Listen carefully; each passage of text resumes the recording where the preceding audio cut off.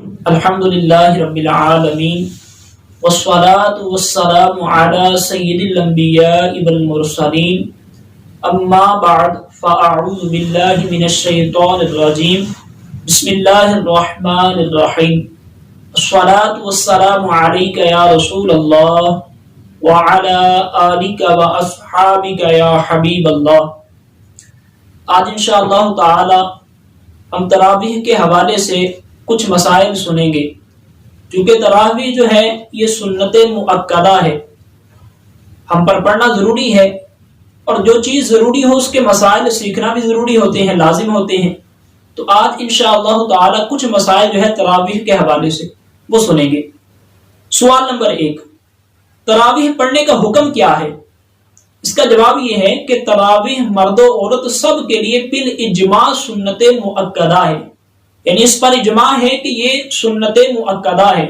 سنت کی دو قسمیں ہوتی ہیں، ایک ہوتا ہے سنت غیر مؤکدہ، ایک ہوتا ہے مؤکدہ۔ سنت غیر مؤکدہ وہ ہوتی ہے کہ جس پر آقا علیہ الصلوۃ والسلام نے مواظبت اختیار نہ فرمائی ہو، کبھی اس کو چھوڑا بھی ہو، اور سنت غیر مؤکدہ جو ہے وہ ہوتی ہے جو تاکیدی ہو، مداومت فرمائی ہو آقا علیہ الصلوۃ والسلام نے، تو یہ سنت مؤکدہ ہے تراویح، کیونکہ اس پر خلفائے راشدین نے مداومت فرمائی ہے، اور نبی پاک صلی اللہ علیہ وآلہ وسلم کا ارشاد بھی ہے کہ میری سنت اور میری خلفائے راشدین کی سنت کو اپنے اوپر لازم سمجھ لو۔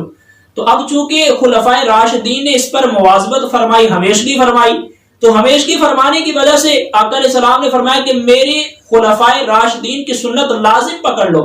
تو چونکہ تراویح پر خلفائے راشدین نے مواظبت فرمائی، ہمیشگی فرمائی، اس لیے یہ سنت مؤکدہ ہے، اور یہ دونوں مرد ہوں چاہے عورت ہوں، دونوں پر سنت مؤکدہ ہے۔ اگلا سوال، تراویح کی رکعتیں کتنی ہیں؟ اس کا جواب یہ ہے کہ جمہور کا مذہب یہ ہے کہ تراویح کی 20 رکعتیں ہیں۔ جو زیادہ علماء ہیں، جمہور جو ہیں، ان کا یہی مذہب ہے کہ تراویح کی رکعتیں جو ہیں وہ 20 ہیں۔ امام اہل سنت اعلیٰ حضرت امام احمد رضا خان فاضلی بریلوی رحمۃ اللہ تعالی علیہ آپ فرماتے ہیں کہ تراویح سنت مؤکدہ ہے۔ محققین کے نزدیک سنت مؤکدہ کا تارک گناہ گار ہے، خصوصاً جب ترک کی عادت بنائے، یعنی اس نے عادت بنا لی، اب چھوڑتا ہی ہے، پڑھتا ہی نہیں ہے، یا کبھی کبھی پڑھ لیتا ہے، اکثر پڑھتا ہی نہیں ہے، عادت اس کی بن چکی ہے۔ تو جب عادت بنائے گا، سنت مؤکدہ کو چھوڑے گا تو گناہ گار ہوگا، لیکن اگر کبھی کبھی نادرن چھوٹ جاتی ہے تو پھر وہ گناہ گار نہیں ہوگا، اس کو عتاب وغیرہ کیا جائے گا۔ اگلا سوال، تراویح کا وقت کب تک ہے؟ تو اس کا جواب یہ ہے کہ تراویح کا وقت فرض عشاء کے بعد طلوع فجر تک ہے۔ عشاء کے جب بندہ فرض پڑھ لے اس کے بعد سے لے کر طلوع فجر، طلوع فجر کا مطلب یہ ہے کہ فجر کا وقت شروع ہونے سے پہلے پہلے تک، جب تک فجر کا وقت شروع نہیں ہوتا اس وقت سے پہلے پہلے تک اس کا وقت ہے۔ فرض عشاء کے فرض پڑھنے کے بعد طلوع فجر سے پہلے پہلے تک۔ بہرحال بہتر یہ ہے، مستحب یہ ہے کہ تہائی رات یا نصف رات تک تاخیر کریں۔ تراویح میں مستحب یہ ہے، مستحب وہ کام ہوتا ہے کہ اگر بندہ کرے تو ثواب ملے گا، اگر نہیں کرتا تو گناہ گار بھی نہیں ہے۔ تو مستحب یہ ہے کہ تہائی رات یا نصف رات تک تاخیر کریں، اور آدھی رات کے بعد پڑھیں تو تب بھی حد نہیں ہے۔ مستحب یہ ہے کہ نصف رات تک تاخیر کریں، یعنی نصف رات سے پہلے پہلے پڑھ لیں، لیکن اگر کوئی بعد میں بھی پڑھتا ہے تو کراہت پھر بھی نہیں ہے، جائز ہے، گناہ گار بھی نہیں ہوگا۔ اگلا سوال، اس کا وقت وتروں سے پہلے ہے یا وتروں کے بعد میں ہے؟ تو اس کا جواب یہ ہے کہ وتر سے پہلے بھی تراویح ہو سکتی ہے اور وتروں کے بعد بھی تراویح پڑھنا جائز ہے۔ تو اگر کچھ رکعتیں اس کی باقی رہ گئی کہ امام وتر کو کھڑا ہو گیا تو امام کے ساتھ وتر پڑھ لے، پھر باقی ادا کر لے کہ جب فرض جماعت سے پڑھے ہوں، یعنی اگر جماعت سے فرض پڑھے ہیں تو پھر وتر امام کے ساتھ پڑھ لے۔ اگر کچھ تراویح رہتی ہیں وتر امام کے ساتھ پڑھنے کے بعد اپنی الگ طور پر جو تراویح رہتی ہیں وہ پڑھ لے۔ اگلا سوال، اگر تراویح فوت ہو جائیں تو کیا کرے؟ یعنی اگر کسی کی رہ جاتی ہیں، کسی عذر کی وجہ سے وہ چھوٹ گئی، تو اب آیا ان کو بعد میں پڑھے گا اگلے دن یا کچھ دنوں کے بعد یہ نہیں پڑھے گا؟ تو اس کا جواب یہ ہے کہ اگر تراویح فوت ہو جائیں تو ان کی قضا نہیں، یعنی جس طرح فرض نماز اگر چھوٹ جاتی ہے عذر کی وجہ سے، بغیر عذر کے تو نماز جو ہے وہ چھوڑنا جائز ہی نہیں ہے، اور اگر عذر ہوتا ہے کسی بنا پر تو گناہ گار تو نہیں ہوگا لیکن اس کی قضا کرنی پڑے گی، یعنی وہ فرض ہے، واجب ہے، یا جن چیزوں کی قضا ہوتی ہے اگر ان کو بغیر عذر کے اس نے چھوڑا یا عذر کی وجہ سے، دونوں صورتوں میں قضا تو ہے، تو آیا تراویح اس طرح چھوڑنے سے قضا ہوگی یا نہیں؟ تو اس کا یہ فرمایا کہ اس کی قضا نہیں ہے۔ اگر قضا تنہا پڑھ لی تو تراویح نہیں ہوگی بلکہ یہ نفل ہوں گے، اور نفل جو ہے یہ مستحب ہوتا ہے، یعنی تراویح جو ہے سنت موقدہ ان کی قضا بعین ہی نہیں ہے، یہ اگر کوئی پڑھے گا تو پھر وہ نفل ہوں گے، تراویح جو ہے وہ ادا نہیں ہوگی۔ اگلا سوال، جو شخص 4 رکعت تراویح یا 4 رکعت نوافل ایک نیت سے پڑھے تو قاعدہ اولیٰ میں درود پاک اور دعا اور تیسری رکعت میں ثنا پڑھے گا یا نہیں؟ یہ ایک بڑا سوال پوچھا جاتا ہے کہ 4 رکعت کوئی تراویح اگر پڑھتا ہے، یعنی امام کے ساتھ نہیں پڑھ رہا، یا امام کے ساتھ بھی اگر پڑھتا ہے یا اپنی الگ طور پر پڑھ رہا ہے گھر میں، تو وہ تیسری قاعدہ اولیٰ میں یعنی جب 2 رکعت پڑھ کر بیٹھے گا تو وہاں تشہد پڑھنے کے بعد یعنی وَرَسُولِهِ ہی آخر تک درود پاک سے پہلے تک پڑھنے کے بعد میں وہ درود پاک پڑھے گا یا نہیں؟ اور جب تیسری رکعت کے لیے کھڑا ہوگا تو آیا اس وقت سبحانک اللہ پڑھے گا یا نہیں، ثنا پڑھے گا یا نہیں؟ تو اس کا جواب یہ ہے کہ یہ پڑھنا بہتر ہے، یعنی درود پاک پڑھنا آگے جو ہے اور اس کے بعد تیسری رکعت کھڑے ہو کر ثنا پڑھنا یہ بہتر ہے، اور اگر کسی نے نہ بھی پڑھی تو پھر کوئی گناہ گار نہیں ہے، بہتر ہے کہ وہ پڑھ لے۔ اگلا سوال، تراویح میں قرآن مجید ختم کرنے کا حکم کیا ہے؟ یعنی ہمارے ہاں ختم کیا جاتا ہے قرآن مجید تراویح میں حفاظ جو ہیں وہ مصلی سناتے ہیں، قرآن پاک پڑھتے ہیں، تو آیا یہ پڑھنا لازم ہے یا نہیں، فرض ہے، واجب ہے، کیا چیز ہے، اس کا حکم کیا ہے، یہ ضروری ہے یا نہیں؟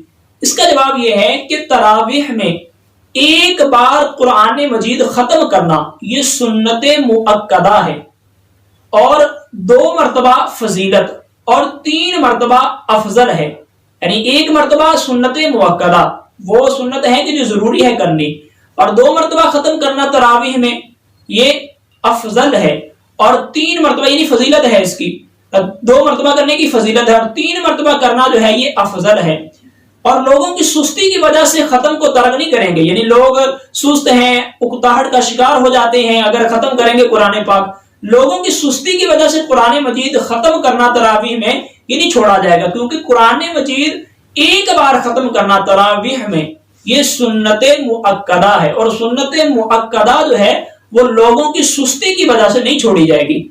عمدۃ المتاخرین علامہ علاء الدین رحمۃ اللہ تعالی علیہ فرماتے ہیں کہ والختم مرۃ سنۃ، یعنی ایک بار ختم کرنا قرآن مجید کا تراویح میں یہ سنت ہے، ومرتین فضیلۃ، اور 2 مرتبہ ختم کرنا یہ فضیلت ہے، وثلاثا افضل، اور 3 مرتبہ ختم کرنا تراویح میں قرآن مجید کو یہ افضل ہے، تو ایک بار ختم کرنا یہ سنت مؤکدہ ہے۔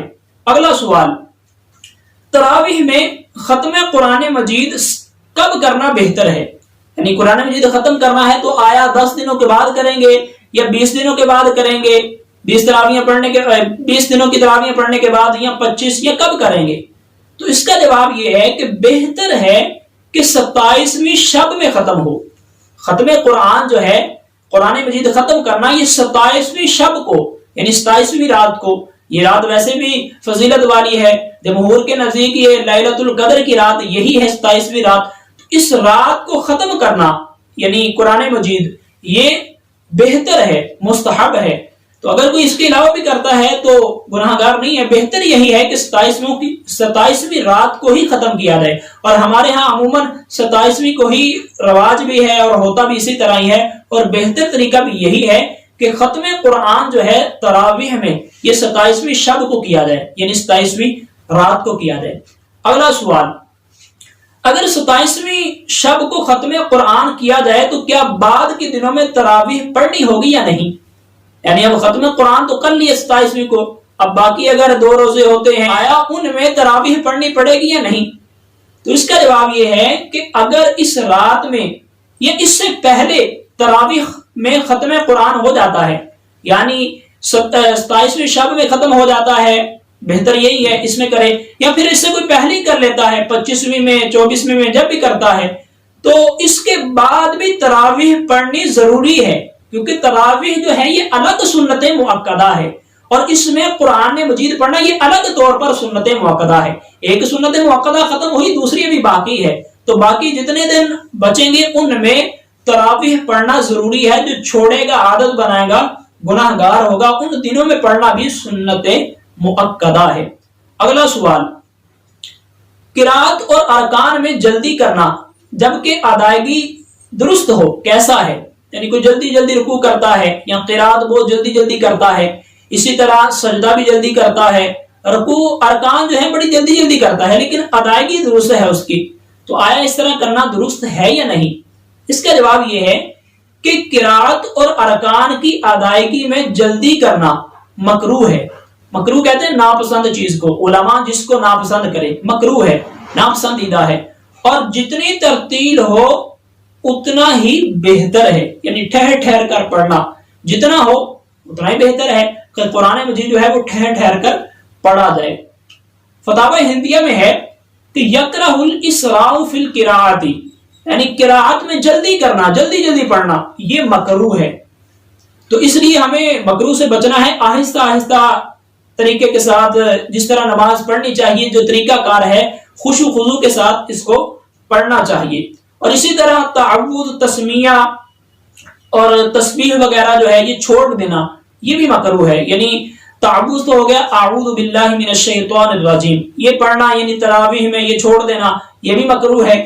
اسی طرح تسمیہ بسم اللہ الرحمن الرحیم یہ پڑھنا یہ چھوڑ دینا یہ بھی مکروہ ہے، یعنی ناپسندیدہ ہے۔ اسی طرح جو ہے وہ طمانیت یعنی اطمینان کے ساتھ پڑھنا نماز یہ چھوڑ دینا یہ مکروہ ہے۔ اسی طرح تسبیح وغیرہ سجدے میں رکوع میں جو ہے پڑھی جاتی ہے ان کو چھوڑ دینا یہ مکروہ ہے۔ اگلا سوال، عورتوں کے لیے نماز تراویح پڑھنے کا حکم کیا ہے؟ یہ پہلے بھی اس کا جواب ہو گیا کہ عورتوں پر بھی سنت مؤکدہ ہے، جس طرح مردوں پر یہ سنت ضروری ہے اسی طرح عورتوں پر بھی یہ پڑھنا جو ہے تراویح سنت مؤکدہ ہے۔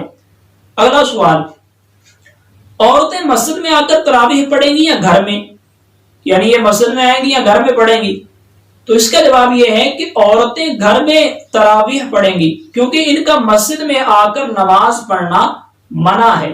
جس طرح مرد آ کر پڑھتے ہیں جماعت کے ساتھ، عورتیں اس طرح نہیں کریں گی، عورتیں جو ہے اپنے گھر میں آ کر نماز جو ہے وہ پڑھیں گی، مسجد میں وہ نہیں آئیں گی۔ تو یہ کچھ مسائل ہم نے آج تراویح کے حوالے سے سنے، انشاءاللہ تعالی بقیہ مسائل جو ہیں وہ انشاءاللہ اگلی ویڈیو میں سننے کی سعادت حاصل کریں گے۔ اللہ تعالی ہمیں ان مسائل کو مد نظر رکھتے ہوئے نماز تراویح پڑھنے کی توفیق عطا فرمائے، آمین بجاہ النبی الامین صلی اللہ تعالی علی محمد۔